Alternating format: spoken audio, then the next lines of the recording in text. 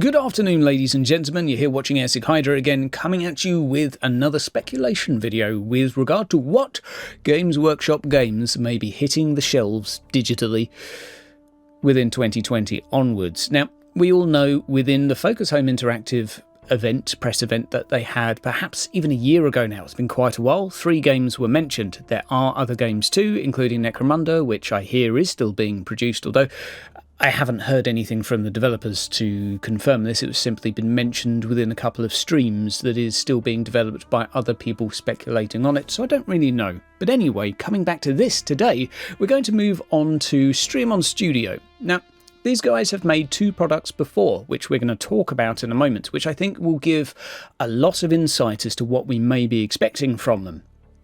But the 3 words we have to go on thus far are descend, assassinate, and, of course, collect. The question is, what could this mean? And I think many people will be looking toward a hive city, descending into an underhive, or perhaps descending from somewhere up above, planetary orbit, who knows.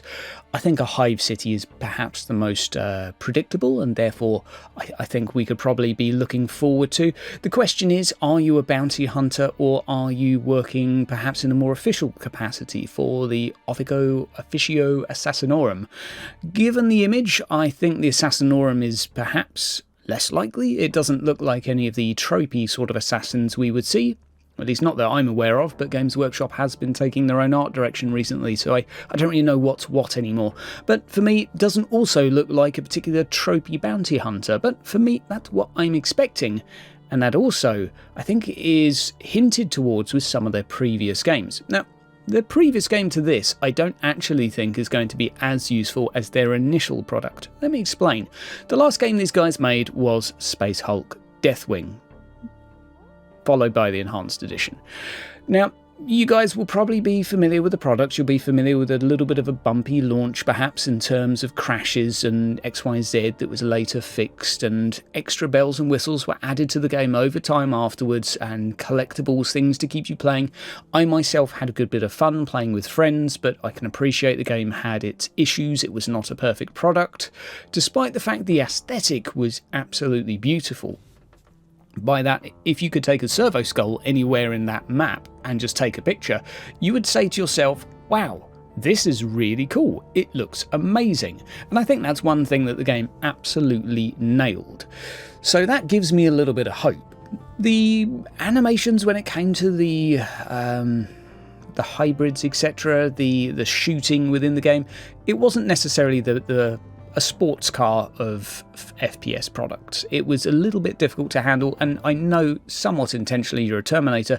I'm not really referring to that. I'm just sort of, there was a little bit of the dreaded clunk word in there. It didn't have the finesse of some products. However, I personally had some fun with it, and I would recommend people to play it.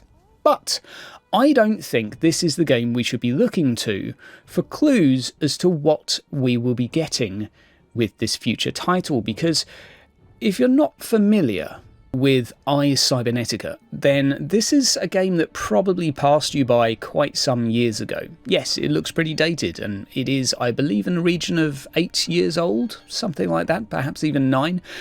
It was a fairly mixed reception product at the time, perhaps of the sort of Deus Ex genre.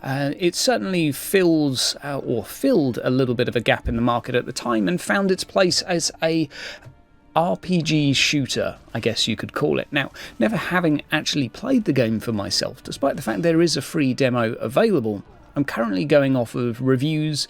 I've watched a couple of hours of gameplay, and once I sort of can absorb the fact that it is a fairly old game by now, it certainly has some interesting features, and the developers having admitted at the time the game was largely not based on but influenced by Games Workshop, and I think it wouldn't take too much imagination to turn this aesthetic, at least that they have within the game, into an Underhive-ish feel. I have to say, I don't know if we're going to be expecting a Hitman-esque game, but for me personally, I think given their previous strengths as a studio, I say strengths, it's sort of the only thing they've done, I think they will probably look to continue with this. The game itself had a rating above 80% on Steam, which is pretty respectable, at times being even closer to the 90s. Many people look back to it having asked around on my Discord with fond memories. There certainly was an equal mention of issues the game had: overly large levels, excess amounts of walking, being a slow, tanky character, making the game more or less sort of unbearably tedious to play.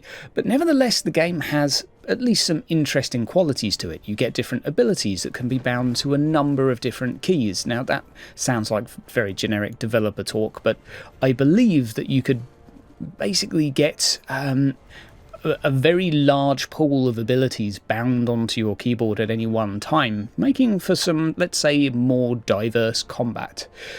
As well as that, there is just the good old-fashioned gunplay. Now, I say good old-fashioned, it's quirky at best, but still, perhaps if they can take this framework that they had, this dream back then of some hybrid RPG shooter delving into the depths of a city, taking out targets through a mixture of means, and that's something not to sort of sniff at here. They made a game where you could achieve your objective in multiple different ways. I mean, how long has it been since we've had a Games Workshop game with a large amount of replay value? That would be nice to see. Now, am I expecting this game from back here to be ported forwards, mashed with brand new textures and improved? Maybe even. And I have to say, it fills me with a little bit of hope, because it does seem that the studio perhaps even moved away from what was their main selling point for their original product in when they came to do Space Hulk. And did it go down well? Fairly. But the game missed a lot of its RPG elements, initially anyway. They were built in at a later date, but with a lack of abilities and a lack of sort of particular flair for each individual Terminator, which, granted, in accordance with canon, you can't really have. It was a little bit stale. And I have to say, I think it looks like to me the studio are returning to their roots of what they were very successful with, perhaps taking on board what they have learned. And we shall see what the final product looks like, but this is my speculation and expectation of what to expect. I could be completely and utterly wrong, but nevertheless, I am interested to see what they come up with. It's been many moons since this product came out, so it could be something special. It could. Equally, I could just be getting your hopes up needlessly. Guys and girls, have yourself a great week. Stay safe. Look forward to seeing you again in the next video. We'll be covering the Age of Sigmar game, which I will do my best to remain cheery about. Have yourself a great day, guys. See you around.